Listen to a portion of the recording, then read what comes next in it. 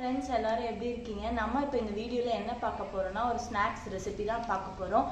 என்ன பண்ண போகிறோம்னா சமோசா பண்ண போகிறோம். வாங்க வீடியோக்குள்ளே போகலாம். இப்போ நம்ம சமோசா செய்ய போகிறோம். சமோசாவுக்கு தேவையான பொருட்கள் என்னென்னு சொல்ல போகிறேன். ஃபஸ்ட்டு வந்து நான் கோதுமை மாவு தான் எடுத்திருக்கேன் சமோசா செய்கிறதுக்கு. மைதா மாவு வந்து நான் யூஸ் பண்ணல. இப்போ கோதுமை மாவு எவ்வளோ எடுத்திருக்கேன்னா இந்த கப்பில் வந்து ஒரு 1.5 கப் வந்து நான் கோதுமை மாவு ஆட் பண்ண போகிறேன். அது கூட வந்து சால்ட் வந்து இந்த ஸ்பூனால் வந்து நான் 1 டேபிள் ஸ்பூன் வந்து சால்ட் ஆட் பண்ணுறேன். அப்புறம் வந்து நான் வந்து ஓமம் சேர்க்க போகிறேன். கொஞ்சோண்டு ஒரு 1/2 டேபிள் ஸ்பூன் அளவுக்கு வந்து நீங்கள் ஓமம் சேர்த்துக்கோங்க. ஓமம் அப்படி இல்லாட்டி நீங்கள் சீரகம் கூட சேர்த்துக்கலாம், நல்லாயிருக்கும். அப்புறம் வந்து எல்லாத்தையும் ஆட் பண்ணிவிட்டு அது கூட 2 டேபிள் ஸ்பூன் அளவுக்கு ஆயில் வந்து ஆட் பண்ணிவிட்டு அப்புறம் வாட்டர் வந்து எவ்வளோ வேணுமோ நீங்கள் நல்லா பனைய ஆட் பண்ணிவிட்டு உங்களுக்கு எவ்வளோ தேவைப்படுதோ அவ்வளோ ஆட் பண்ணிக்கோங்க. நல்லா சாஃப்டாக சப்பாத்தி மாவு மாதிரி நல்லா பிணைஞ்சிக்கோங்க. கொஞ்சம் கெட்டியாக இருக்கணும், ரொம்ப தண்ணியாக இருந்தால் சமோசா வந்து நல்லா வராது. லைட்டாக நல்லா கெட்டியாக வந்து நீங்கள் வந்து நல்லா பிணைஞ்சிக்கோங்க. பிணைஞ்சி விட்டு ஒரு 1/2 hour வச்சுட்டு அப்புறம் தான் நம்ம சமோசா பண்ண போகிறோம். இப்போ வந்து நான் மாவு வந்து பிணைஞ்சி காட்டுறேன் வாங்க. இப்போ நான் வந்து மாவு பண்ண போகிறேன் சமோசாக்கு. இப்போ 1 கப் வந்து ஆட் பண்ணுறேன், அப்புறம் இன்னொரு 1/2 கப் ஆட் பண்ணுறேன். இப்போ நான் 1 கப் ஆட் பண்ணிட்டேன். இதோடு வந்து இன்னொரு 1/2 கப் வந்து ஆட் பண்ண போகிறேன்.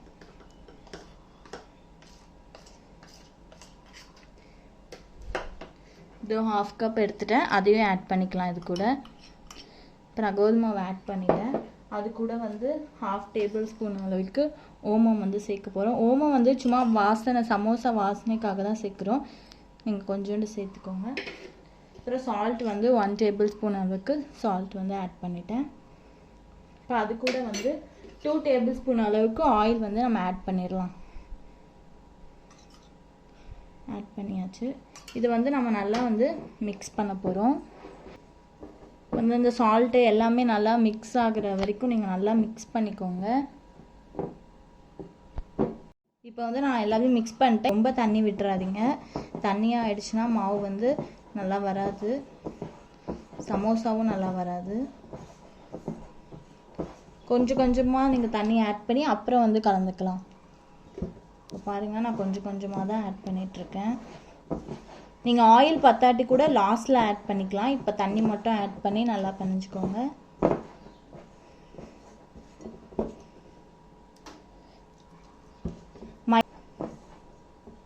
வந்து இதை நல்லா பிணைஞ்சிக்கோங்க. இப்போ நான் கோதுமை மாவு வந்து நல்லா பிணைஞ்சிட்டேன். இப்போ பார்த்தீங்கன்னா எப்படி வந்திருக்குன்ட்டு. இதை வந்து நம்ம வந்து ஒரு 1/2 hour வந்து ஊற வைக்க போகிறோம். நான் வந்து வெள்ளை துணியில் வந்து மூடி வந்து ஒரு 1/2 hourக்கு வந்து இப்படி வைக்க போகிறேன். வெள்ளை துணி வந்து நல்லா நனைச்சிட்டு வந்துட்டேன். இது ஒரு 1/2 hour அப்படியே ஊறட்டும். அதுக்குள்ளேயும் நம்ம வந்து சமோசாக்குள்ளே ஸ்டஃபிங் பண்ணுறதுக்கு மசாலா வந்து ரெடி பண்ண போகிறோம். அதுக்கு தேவையான பொருட்கள் என்னென்னு நான் சொல்ல போகிறேன், வாங்க பார்க்கலாம். இப்போ நம்ம ஸ்டஃபிங் பண்ணுறதுக்கு என்னென்ன எடுத்திருக்கேன்னு காட்ட போகிறேன். இதை பார்த்தீங்களா, பொட்டேட்டோ வந்து எடுத்திருக்கேன். 4 பொட்டேட்டோ எடுத்திருக்கேன். அது வந்து நான் வந்து குக்கரில் ஒரு 5 விசில் வச்சு வேக வச்சு நல்லா மேஷ் பண்ணி எடுத்துகிட்டு வந்துட்டேன். உங்களுக்கு நீங்கள் எவ்வளோ பேருக்கு பண்ணுறீங்களோ அத்தனை உருளைக்கிழங்கு எடுத்துக்கோங்க. நான் வந்து 4 தான் எடுக்க போகிறேன். 4 எடுத்து அதை வேக வச்சு நல்லா இது பண்ணி எடுத்துகிட்டு வந்துட்டேன். அதுக்கப்புறம் பெரிய வெங்காயம் 2 எடுத்திருக்கேன். அது 2 எடுத்து பொடிசாக நறுக்கி வச்சுருக்கேன். அதே மாதிரி கொஞ்சம் இஞ்சி, ஒரு 1/2 இஞ்சி வந்து எடுத்து அதை வந்து நல்லா பொடிசாக நறுக்கி வச்சுக்கோங்க. அதே மாதிரி பச்சை மிளகா வந்து 1 தான் எடுத்திருக்கேன். சின்ன சைஸ் தக்காளி வந்து நைஸாக பொடியாக நறுக்கி வச்சிருக்கேன். அது கூட கறி லீவ்ஸும் கொரியாண்டர் லீவ்ஸும் எடுத்து பொடியாக நறுக்கி வச்சிருக்கேன். அப்புறம் கேரட்டும் ஆட் பண்ணிக்கிறேன். அப்புறம் கேரட்டு, பட்டாணி எது வேணால் நீங்கள் ஆட் பண்ணிக்கோங்க, நல்லாயிருக்கும். ஒரு 1/2 கேரட் எடுத்து பொடிசாக நறுக்கி வச்சிருக்கேன்.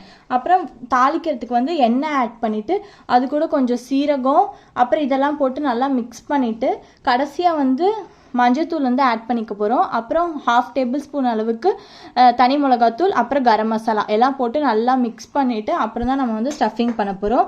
இப்போ வாங்க வந்து நம்ம மசாலா ரெடி பண்ணலாம். இப்போ பேன் நான் வச்சுட்டேன். பேன் நல்லா காஞ்சிச்சு. அது கூட வந்து 2 டேபிள் ஸ்பூன் அளவுக்கு ஆயில் வந்து ஆட் பண்ண போகிறோம். ஆயில் ஆட் பண்ணியாச்சு. ஆயில் வந்து நல்லா காயத்துக்கு கொஞ்சம்.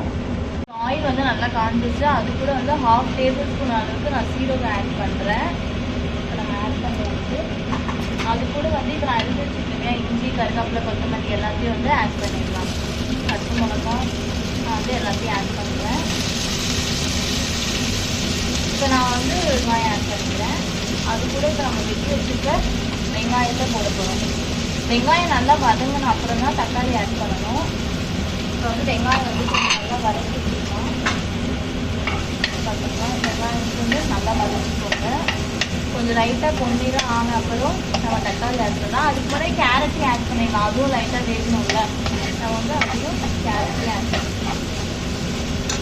நல்லா பொன்னிறமாகட்டும், அப்புறம் நான் தக்காளி ஆட் பண்ணுறது காட்டுறேன். வெங்காயமும் கேரட்டும் நல்லா வதங்கிடுச்சு. இது கூட நம்ம சின்ன சைஸ் தக்காளி எடுத்துக்கோம் இல்லையா, அதை வந்து ஆட் பண்ணிக்க போகிறோம். நீங்கள் நல்லா வெஜிடபிள்ஸ் போட்டு கூட செய்யலாம், நல்லாயிருக்கும்.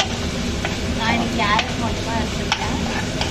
ஸோ அது கூட வந்து நம்ம எடுத்து வச்சுருக்கோம் மஞ்சள் தூள், தனி மிளகாய் தூள் எல்லாத்தையும் வந்து ஆட் பண்ண போகிறோம்.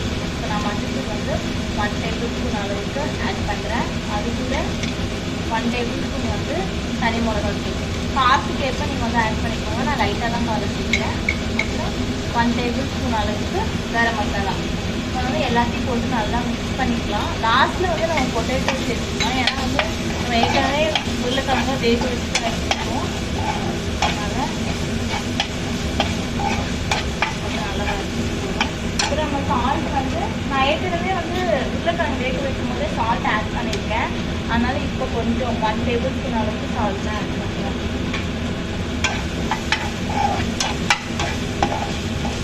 சால்ட் கம்மியாக சாப்பிட்றவங்க லைட்டாக கூட ஆட் பண்ணிக்கோங்க, ஏன்னா நம்ம கோதுமை மாவுலேயும் வந்து சால்ட் ஆட் பண்ணியிருக்கோம். சால்ட் அதிகமாக சேர்க்க வேண்டாம். இப்போ வந்து அந்த மசாலா ஸ்மெல் எல்லாம் போன அப்புறம் நம்ம வந்து உருளைக்கிழங்கு வந்து ஆட் பண்ணிக்க போகிறோம். இப்போ நான் வந்து உருளைக்கிழங்கு அப்படியே ஆட் பண்ணி நல்லா இந்த எல்லா வெங்காயம் தக்காளி அது கூட மிக்ஸ் ஆகிற வரைக்கும் நல்லா மேஷ் பண்ணி நீங்கள் வந்து எல்லாத்தையும் சேர்த்துக்கோங்க. இப்போ வந்து நல்லா நான் உருளைக்கிழங்கு எல்லாத்தையும் நல்லா மிக்ஸ் பண்ணிட்டேன். இதில் வந்து நீங்கள் தண்ணி சேர்க்கக்கூடாது, நல்லா கெட்டியாக இருந்தால் தான் மசாலா ஸ்டஃபிங்குள்ளே வந்து நல்லா வைக்க முடியும். அதனால தண்ணி ஆட் பண்ணாதீங்க, நல்லா இதுலேயே வந்து நல்லா வதக்கணும். இப்போ வந்து மசாலா வந்து ரெடி ஆகிடுச்சு. இப்போ நாம் சமோசா செய்யலாம். இப்போ வந்து நம்ம வந்து மசாலா வந்து ஸ்டஃபிங் பண்ணுறதுக்கு ரெடி பண்ணிட்டேன். இப்போ வந்து நம்ம வந்து கோதுமை மாவு வந்து எடுத்து ஊற வச்சுருக்கோம் இல்லையா. இப்போ வந்து எதுக்கு நம்ம கோதுமை மாவு வந்து வெள்ளை துணி போட்டு மூடுறோன்னா, கோதுமை மாவு வந்து ட்ரை ஆகாமல் இருக்கிறதுக்கு தான் வந்து வெள்ளை துணி போட்டு மூடியிருக்கேன். இப்போ வந்து நம்ம வந்து இதை எடுத்துடலாம். 1/2 hour ஆகிடுச்சு. பார்த்திங்களா எவ்வளோ சாஃப்டாக இருக்குன்னு. இப்போ வந்து நம்ம வந்து சமோசா ரேப் வந்து ரெடி பண்ணலாம் வாங்க. சமோசா ரேப்பர் வந்து ரெடி பண்ண போகிறோம். அதுக்கு ஃபஸ்ட்டு நீங்கள் வந்து கோதுமை மாவு பிணைஞ்சு வச்சுருக்கோம் இல்லையா, அதில் ஒரு உருண்டை வந்து மீடியம் சைஸாக எடுத்துக்கோங்க. உங்களுக்கு பெரிய சமோசா வேணுன்னா கூட நீங்கள் பெரிய உருண்டையாக எடுத்துக்கலாம். நான் இப்போ மீடியம் சைஸ் தான் பண்ண போகிறேன். இப்போ வந்து நம்ம உருட்டியாச்சு. அதை நம்ம வந்து சப்பாத்தி மாவு இருக்குல்ல, வெறும் சப்பாத்தி மாவு, அதை வந்து மிக்ஸ் பண்ணிவிட்டு வந்து சப்பாத்தி மாதிரி நல்லா திக்காக தேய்க்கணும். ரொம்ப நைஸாக தேய்க்காதீங்க, சப்பாத்தி மாதிரி தேய்க்காதீங்க, கொஞ்சம் நல்லா திக்காகவே ரெடி பண்ணிக்கோங்க. நல்லா வந்து நீளமாகவே தேய்ச்சிக்கலாம், ஏன்னா நம்ம ரெண்டாக வந்து இதை கட் பண்ண போகிறோம், அதனால தான். இந்த ஓரத்துலலாம் கூட நல்லா நீங்கள் வந்து மெல்லிஸாக தேய்ச்சிக்கோங்க. ரொம்ப திக்காக இல்லாமல் ஒரு மீடியம் சைஸ் திக்காக. ஓகே, நான் வந்து நல்லா இது பண்ணிட்டேன். இப்போ வந்து இதை ரெண்டாக வந்து நம்ம நடுவில் வந்து கட் பண்ண போகிறோம், 2 ஹாஃபாக. பார்த்தீங்களா, இப்போ வந்து 2 ஹாஃபாக கட் பண்ணிக்கலாம். ஃபஸ்ட்டு நான் இந்த ஹாஃப் வந்து எடுக்கிறேன். இப்போ நம்ம வந்து சமோசாவுக்கு வந்து உள்ளே வந்து ஸ்டஃபிங் பண்ணோம் இல்லையா, அதுக்கு வந்து நம்ம ஒட்ட வேணும். அதுக்கு வந்து நான் தண்ணி வந்து எடுத்துருக்கேன். நீங்கள் வந்து கோதுமை மாவு கூட லைட்டாக தண்ணி ஆட் பண்ணி அதை பேஸ்ட் மாதிரி ரெடி பண்ணிக்கலாம். நான் ஆனால் எண்ணெய் தான் பண்ண போகிறேன். இப்போ வந்து தண்ணி லைட்டாக வந்து கார்னர்ஸில் வந்து நீங்கள் ஆட் பண்ணிக்கோங்க.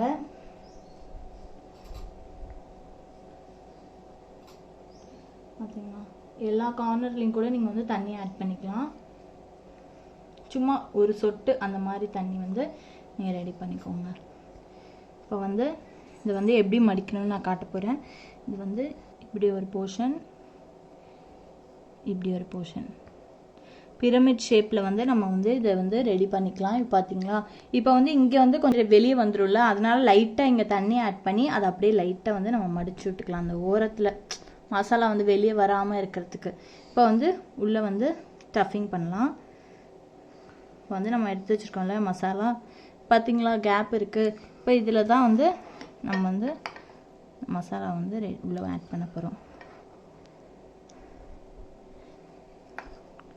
நம்ம உள்ளே வந்து நல்லா அமுக்கி விட்டுக்கலாம், மெதுவாக அமுக்குங்க, ஏன்னா கீழே வந்து வெளியே வந்துடாமல். கொஞ்சோண்டு மசாலா வச்சு கூட நீங்கள் வந்து உள்ளே வைக்கலாம். நான் கொஞ்சம் நிறையா வச்சுட்டேன். இப்போ வந்து இந்த ஓரத்தில் வந்து இதையும் வந்து நம்ம லைட்டாக தண்ணி ஆட் பண்ணிவிட்டு இதை வந்து மடித்து விட்டுக்கலாம்.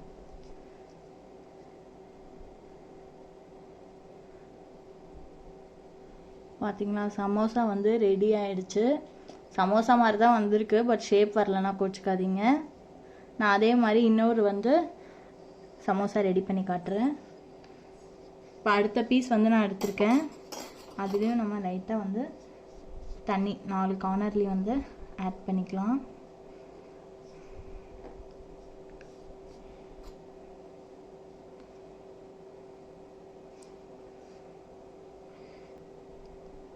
பாருங்கள், இந்த மாதிரி மடிச்சுக்கோங்க. ஃபஸ்ட்டு நல்லா ஒட்டிட்டு அதே மாதிரி கீழே வந்து லைட்டாக தண்ணி அப்ளை பண்ணிவிட்டு இதை நம்ம லைட்டாக மடித்து விட்டுக்க போகிறோம். ரொம்பலாம் மடிக்க வேணாம், லேஸாக மடித்தா போதும். அதே மாதிரி உள்ளே வந்து மசாலா வந்து நான் வைக்க போகிறேன். நான் இப்போ இந்த இதுக்கு வந்து கொஞ்சோண்டு மசாலா தான் வைக்க போகிறேன்.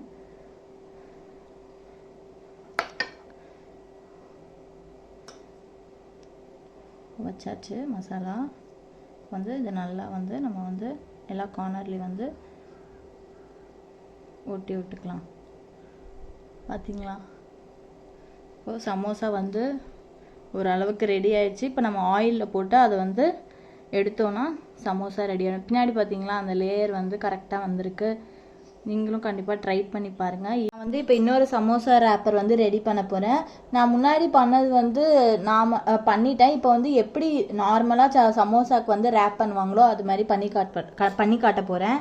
இப்போ வந்து நம்ம அதே போல் தண்ணி வந்து 4 சைடு கார்னர்லேயே அப்ளை பண்ணிக்கலாம். இப்போ ஃபஸ்ட்டு ஸ்டெப் வந்து இந்த பீஸை வந்து இப்படி நீங்கள் கொண்டு வரணும். ஓகேவா? அதே மாதிரி நெக்ஸ்ட்டு பீஸ் இருக்கு இல்லையா, அதை வந்து ஃபுல்லாக இந்த இது வரைக்கும் எப்படி நம்ம வந்து முன்னாடி இது பண்ணோமோ மடித்தோமோ அதே இடத்துல தான் நீங்கள் ஃபினிஷ் பண்ணணும். இப்போ பார்த்தீங்களா கோன் ஷேப் வந்து வந்திருக்கு. ஆனால் முன்னாடி நான் பண்ண சமோசாவில் வந்து ஒரு மாதிரி இந்த ஷேப் வந்து வந்துச்சு, ட்ரையாங்கிள் மாதிரி. இப்போ இந்த மாதிரி தான் உங்களுக்கு வரணும், கோன் ஷேப்பில். ஓகேவா?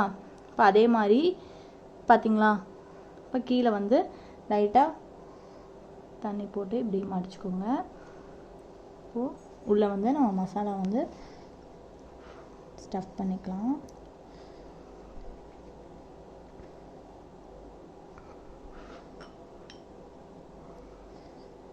நல்லா உள்ளே போகிற வரைக்கும் நல்லா மசாலா வந்து நல்லா அமுக்கிக்கோங்க. பார்த்திங்களா, உள்ளே இந்த இடத்துல வர வரைக்கும். மேலே வந்து நல்லா கொஞ்சம் கேப் இருக்கட்டும். மசாலா பத்தலை, இன்னும் கொஞ்சம் ஆட் பண்ணிக்கலாம். ஓகேவா? இப்போ வந்து அதே மாதிரி தண்ணி ஆட் பண்ணிவிட்டு இதை வந்து நல்லா மூடிக்கலாம்.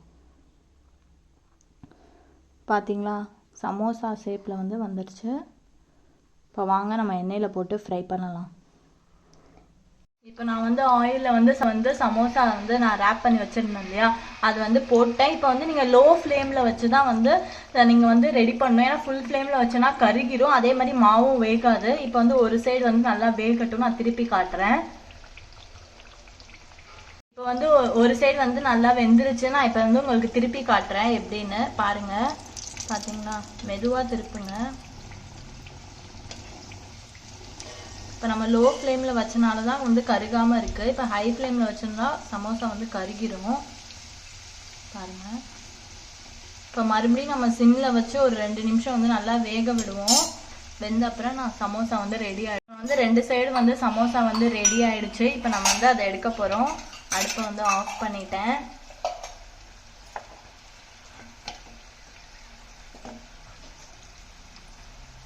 இப்போ வந்து எடுத்துட்டு நான் பிளேட்டிங் பண்ணிவிட்டு உங்களுக்கு காட்டுறேன். சமோசா வந்து ரெடி ஆயிடுச்சு. நான் பிளேட்டிங் பண்ணி எடுத்துகிட்டு வந்துட்டேன். நம்ம வந்து இதை வந்து டொமேட்டோ கெச்சப்போட சேர்த்து வச்சு சாப்பிட்டிங்கன்னா சூப்பராக இருக்கும். நீங்களும் ட்ரை பண்ணி பாருங்கள்.